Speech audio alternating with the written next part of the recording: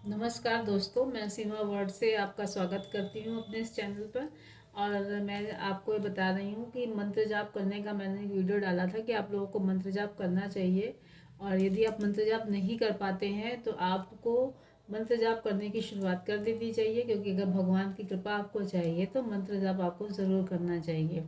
मैं भी मंत्र जाप करती हूँ। मैंने अभी ये काउंटर मंगवाया मंत्र जाप करने के लिए। ये बहुत ही सिंपल सा काउंटर है जिसका आप यूज़ करके बहुत आसानी से मंत्र जाप को पूर्ण कर सकते हैं। इसमें ये बटन दी हुई है, ये छोटी सी बटन है, इसको आप क्लिक करेंगे तो इससे जो है आपको स्टार्टिंग हो जाएगी। और ये मूंगे बने हुए हैं, इनको आप इस तरीके से काउंट करते जाइए जिससे कि आपके मंत्र जाप पूर्ण हो जाएंगे। पहले मैं भी जो थी उस तरह से उंगलियों से मंत्र जाप करती थी, जिससे कि मेरा काउंटिंग जो है पूरी नहीं हो पाती थी। 108 मंत्र जाप करने के बाद जो है मेरी काउंटिंग डिस्टर्ब हो जाती थी, जैसे कि मैं मंत्र जाप नहीं कर पाती थी। तो मैंने फ्लिपकार्ट से ये मंगाया, क्योंकि मुझे लगता है कि मंत्र जाप के बिना हमारी पूजा अधूरी है।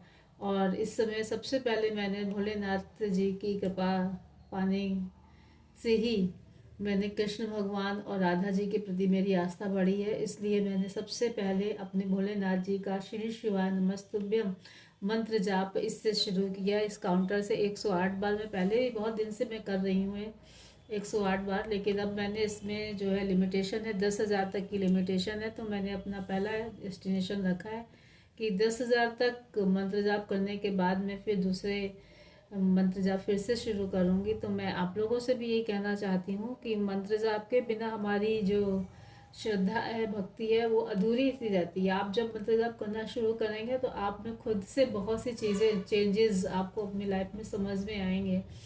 और जैसे कि मुझे तो बहुत सी चीज़ें समझ में आने लगी हैं। सबसे पहली चीज़ तो ये है कि आप पॉजिटिविटी आपके पास बहुत आएगी। और इसका हमारे जीवन में बहुत ही महत्व है कि अगर हम सकारात्मक नहीं है, हर चीज़ की नकारात्मकता अगर हमारे पास है तो हम कोई भी कार्य अच्छे से नहीं करते हैं।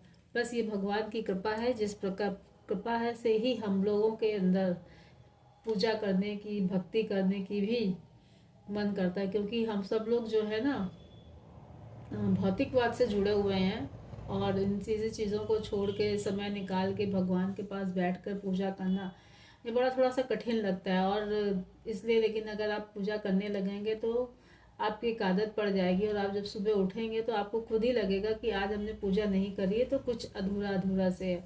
और मैं तो सजेस्ट करूँगी कि जो हाई स्कूल बोर्ड की परीक्षा दे रहे हैं वो लोग भी, बच्चे भी इस काउंटर को मंगाएं।